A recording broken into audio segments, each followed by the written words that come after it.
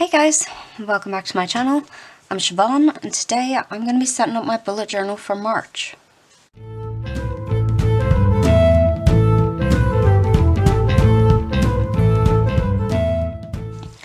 So it's been a while since I filmed a bullet journal setup, but I have been using my bullet journal quite a lot and I am actually planning on doing more of an in-depth look at what I'm doing at the moment, because you'll notice this is a 6-ring planner.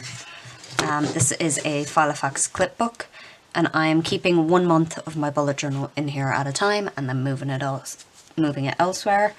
And I really have a system at the moment that I really like, so I will do a flip through of what I've been doing for the last few months and showing you how it's working, explaining in more detail what I'm actually doing. But for now, let's just get into it and set up March.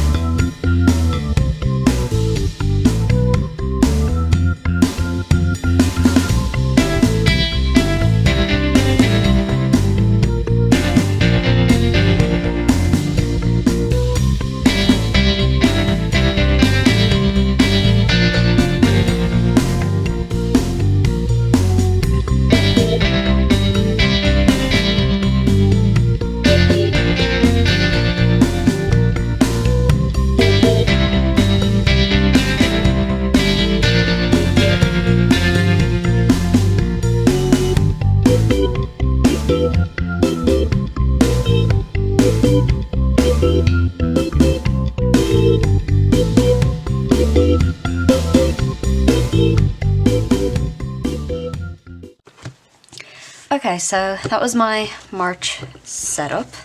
I'm going to take you through it now and just do a quick talk through of it. So I'm not showing you February because February is basically exactly the same because I've really gotten into this system. Only difference in February was I didn't bother doing a title page. I just never got around to it.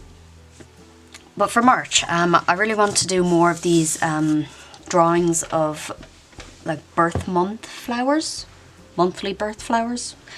Yeah, whatever you call them. Basically, I've recently found out, because I've been drawing loads of flowers, And I recently found out that every month actually has birth flowers, and for March it's daffodils. So I decided to draw some daffodils as my monthly cover page. Trying to keep it central. So yeah, and I have, I'd scanned this in before I added any colour, and I'm looking at using the graphic for some various different things. So if you are interested in seeing what I do with this graphic, I will have my Etsy shop linked down below. Anything I do end up doing with it will be going up on my Etsy. But yeah, so that is my month's cover page. And we flip over. Have my monthly intention spread. This is a spread I've been doing basically every month since I think October, November or so. I just really like having like a page that's my to-do list for the month, but it's not just one big list. So I have things I need to do just in general life and work for the Polis, which is YouTube, the blog, and my Etsy, and then things for archery. So that's what the list looks like now, but it will get a lot more full. I'm filming this part of the video on February 28th, so this is basically what my planner looks like at the beginning of the month. And then my monthly spread, I had been doing like a vertical list kind of layout, like more typical bullet journal, but I wasn't really using it, and you'll see why I wasn't using it, but I kind of like having just the visual representation of the month.